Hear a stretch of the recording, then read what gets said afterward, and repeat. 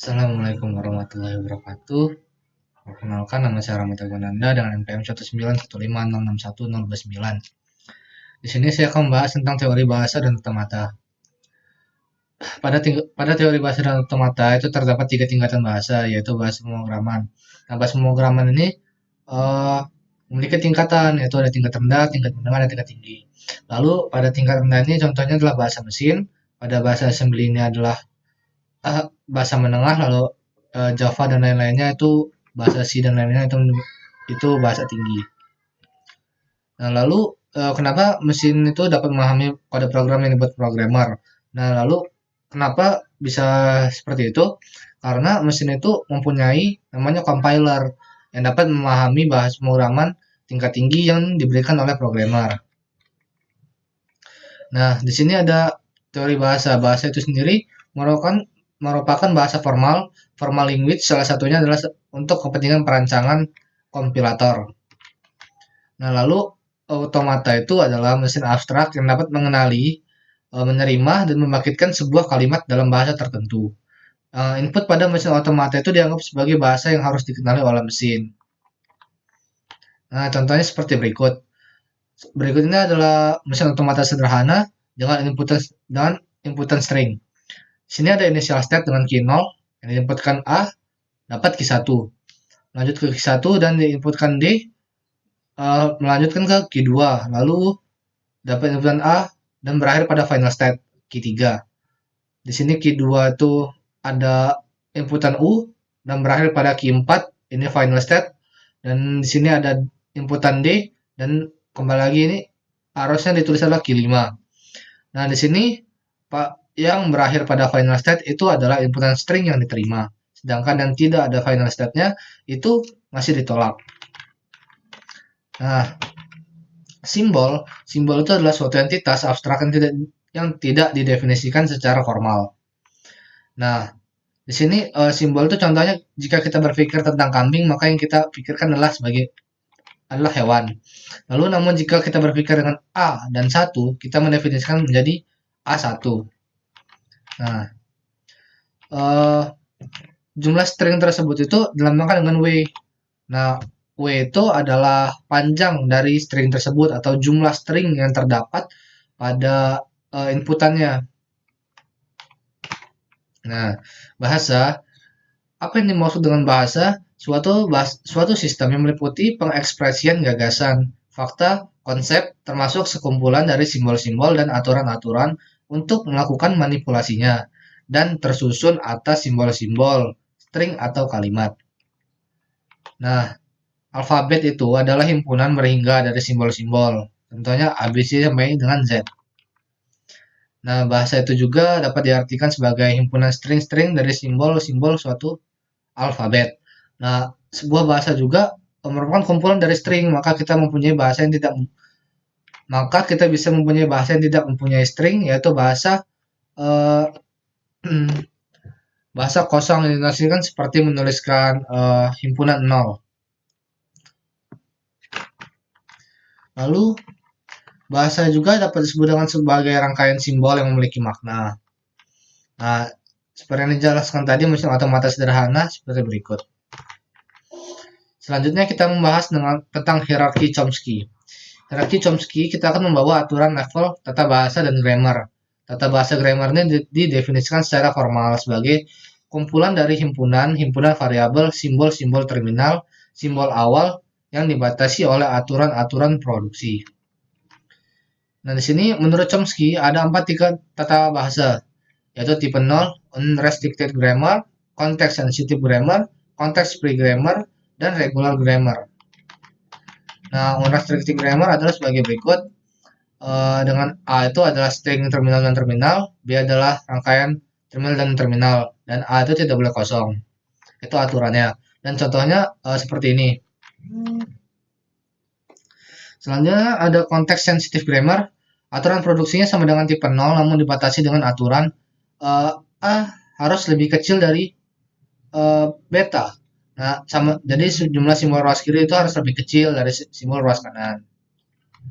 Nah, contohnya itu seperti berikut. Jadi sebelah kanan itu harus lebih banyak daripada sebelah kiri. Nah, lalu juga tipe 2 konteks free grammar ini mempunyai aturan, yaitu sama dengan tipe 0, namun alpha sisi kiri hanya boleh memiliki satu variabel non terminal dan beta tidak memiliki batasan. Nah, contohnya itu seperti berikut. Jadi A itu hanya diperbolehkan satu, lalu beta itu dapat dituliskan dengan V plus T contohnya. Nah, lalu juga di sini regular grammar ini sama halnya dengan sebelumnya. Nah, di sini ada contohnya. Menghasilkan bahasa yang dikenali oleh finished state automata. Jadi sebelah kiri itu hanya hanya satu string, dan sebelah kanan dapat dituliskan dengan string lainnya. Nah, kita masuk ke finished state automata. Finished state automata adalah mesin abstrak berupa sistem model matematika dengan masukan dan keluaran diskrit yang dapat mengenali bahasa paling sederhana.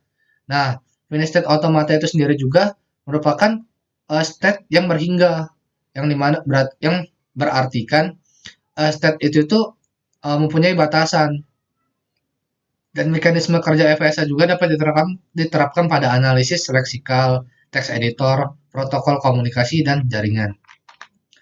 Lalu arti bentuk pada graf transisi. Nah, di sini ada initial state. Initial state itu ditandai dengan busur tanpa asal. Nah, ini di sini adalah initial state. Lalu lingkaran menyatakan state.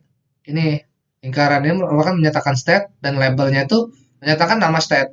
Lalu busur itu menyatakan transisi. Nah, di sini busur-busur yang mengarah ini yang dinamakan dengan transisi untuk perpindahannya. Lalu label pada busur ini merupakan inputan dari busur tersebut. Nah, lingkaran ganda ini merupakan tempat akhir state tersebut atau final state. Nah, di sini FSA juga mempunyai 5 tuple, yaitu ada key, sigma, transisi, state awal, dan himpunan state akhir. Nah, berikut adalah contoh mesin otomata pengecek parity ganjil. Nah, dari yang kita bahas tadi, FSA tadi, kita dapat mengartikan key. Key ini merupakan state-nya. State-nya adalah genap dan ganjil. Sigma. Sigma ini merupakan inputan yang diberikan, yaitu 0 dan 1. S ini adalah state awal atau initial state, yaitu genap. F ini adalah final state akhirnya. Lalu kita lanjut ke deterministic finite state automata. Nah, di sini adalah model matematika yang dapat menerima inputan dan mengeluarkan output. Nah, memiliki state yang berhingga banyaknya dan dapat berpindah dari satu state ke satu state lainnya berdasarkan input dan fungsi transisi. Tidak memiliki tempat penyimpanan memori, hanya bisa mengingat state terkini. Dan mekanisme kerjanya juga dapat diaplikasikan pada elevator, text editor, analisis leksikal, dan pen check parity.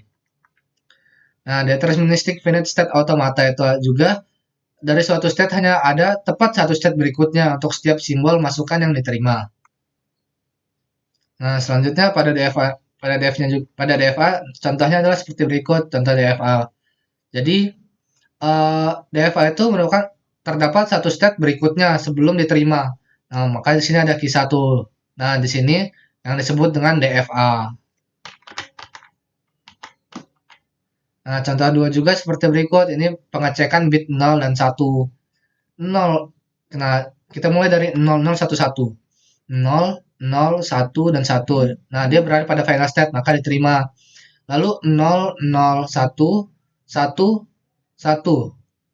Nah, dia tidak berakhir pada final state, maka ditolak.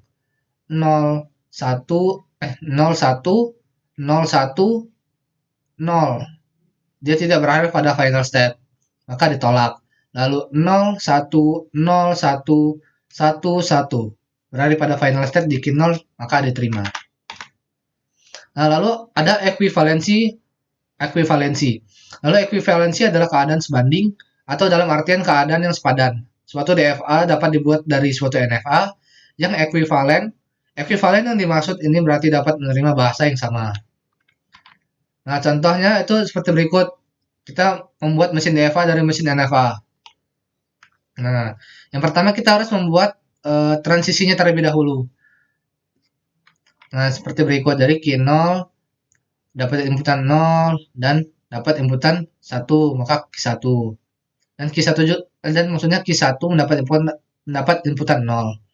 Lalu Q0 didapatkan inputan 1, maka akan ke Q1. Nah, Q1 ini tidak ada inputan 0, maka inputan kosong. Lalu inputan 1 itu terdapat Q0 dan Q1. Nah, kita pertama harus mengetahui initial state-nya terlebih dahulu. Nah, lalu yang kedua, kita membuat alurnya. Jadi, state Q0 merupakan initial state dan mendapat inputan 0 menjadi state Q0 dan Q1. Dan memperoleh inputan 1 menjadi Q1. Lalu selanjutnya initial harus menelusuri state yang baru pada Q1. Q1 ini kan ketika dia mendapat inputan 1, dia bakal kembali ke Q0 dan Q1. Lalu ketika dia mendapat inputan 0, dia tidak ada state-nya, labelnya. Nah, lalu di sini kita menelusuri state yang baru kembali. Nah, jika memperoleh inputan 0 menjadi state Q0 dan Q1 di sini, Q0 dan Q1. Kenapa di sini Q0 dan Q1? Ketika dia balik lagi ke sini, maka ujung dari tempatnya itu adalah di sini. Maka ditaruh di Q0 dan Q1. Lalu state Q0 dan Q1 juga memperoleh inputan 1 menjadi state Q0 dan Q1, sama seperti tadi. Jadi sini ada 0 dan 1. Nah, state kosong ini menerima inputan 0, 1 menjadi state ini kembali karena dari sebelah sini juga kita akan kembali lagi ke bagian sini, ke ujungnya atau final state-nya. Nah, setelah kita mendapat transisi tersebut, maka kita inputan stringnya kita harus coba. Nah, di sini inputan 0. Inputan 0 kita bisa ke sini, inputan 0. Bisa diterima. Lalu 0, 1, 1, 1. 0, 1, 1, 1 diterima. Lalu 0, 0, 1, 0, 1, 1, 1, 0 diterima. Lalu 0, 0 diterima. Lalu 1, 1, 0, 0. 1, 1, 0, 0 diterima. Lalu 1 dan 0 diterima. Maka kita sudah berhasil membuat dari DFA ke NFA. Nah, selanjutnya adalah ekspresi reguler. Bahasa yang disebut reguler jika terdapat FSA yang dapat menerimanya. Dan bahasa reguler dinyatakan secara sederhana dengan ekspresi reguler. Nah, sebuah bahasa dinyatakan reguler jika terdapat finished state automata yang dapat menerimanya. Bahasa-bahasa yang diterima oleh suatu FSA bisa dinyatakan secara sederhana dengan ekspresi reguler. Ekspresi reguler memungkinkan spesifikasi atau mendefinisikan bahasa-bahasa. Lalu ekspresi reguler memberikan suatu pola dari suatu bahasa. Nah, notasi ekspresi reguler itu ada 4, yaitu yang pertama itu ada bintang, tidak muncul atau muncul berhingga kali 0 sampai dengan n. Lalu ada tanda tambah minimal muncul 1 kali, dan tanda gabungan ini tanda U yang berarti gabungan, dan tanda titik adalah konkatensi, tanda titik boleh dihilangkan. Nah, di sini ada tentukan bahasa reguler yang dibentuk oleh RXX bintang YY bintang. Maka jawabnya pertama kita lihat dari sebelah sini X. Nah, maka kita taruh X dulu di awal. Lalu yang kedua dan sebelah kanannya itu tidak ada. Lalu yang X ini kita taruh 2, maka yang sebelah sininya adalah 2. Nah, jadi sebelah ruas kiri ini bertambah 1 dan ruas kanan ini bertambah 2. Nah, lalu L dari R-nya disebut itu XN Y2M plus 1. Jadi N itu M sama dengan 0. Nah, mungkin sekian penjelasan dari saya. Lebih kurangnya saya mohon maaf. Jika ada salah kata juga saya mohon maaf. Billahi taufiq wal hidayah. Assalamualaikum warahmatullahi wabarakatuh.